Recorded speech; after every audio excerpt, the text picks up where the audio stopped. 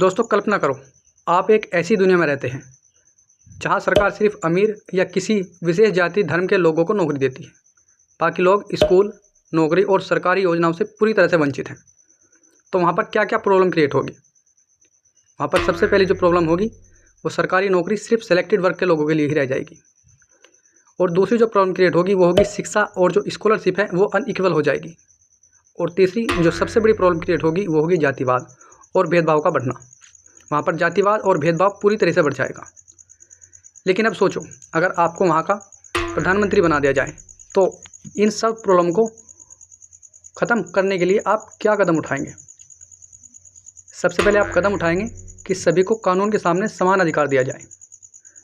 दूसरा, आप सॉल्यूशन करना चाहोगे जाति, धर्म और लिंग के आधार पर डिस्क्रिमिनेशन पूरी तरह से बंद हो।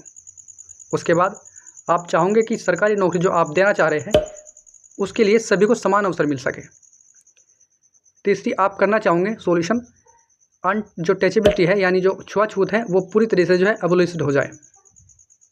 और उसके बाद अगला सॉल्यूशन आप करना चाहोगे वो करना चाहोगे कि जो टाइटल्स है उनका मिसयूज नहीं होना चाहिए।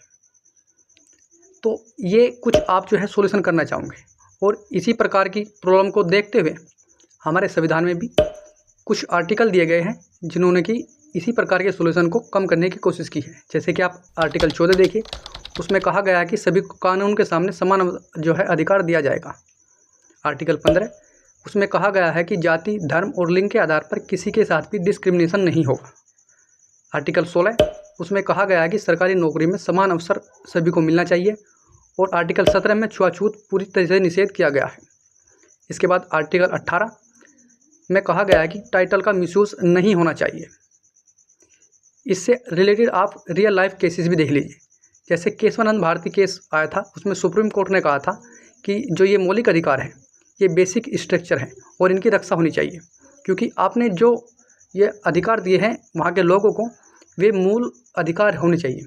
क्योंकि अगर ये अधिकार उनसे छीन लिए जाएंगे तो फिर से जो है वहाँ पर ऐसे ही जो प्रॉब्लम्स है क्रिएट होने शुरू हो जाएंगे।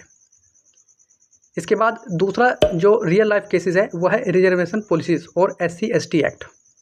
ये इसलिए ज़रूरी हो जाता है क्योंकि आपने देखा तब आप वहाँ पर पहुँचे थे तो जो ऊपर के लोग थे उनके पास सभी प्रकार के संसाधन थे, लेकिन जिन्होंने अब नीचे से शुरू किया है उनके पास इस प्रकार के कोई भी संसाधन नहीं है ताकि वे उनके साथ बराबरी कर सके।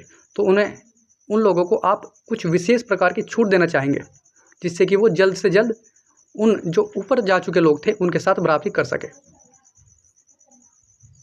अब आपके लिए एक इंटरेक्टिव क्वेश्चन है, अगर ये राइट ना होता तो क्या आपके शहर में गरीब और अमीर बच्चों को एक जैसे स्कूल में जाने का मौका मिल पाता? आपकी क्या राय है? कमेंट में ज़रूर बताएं।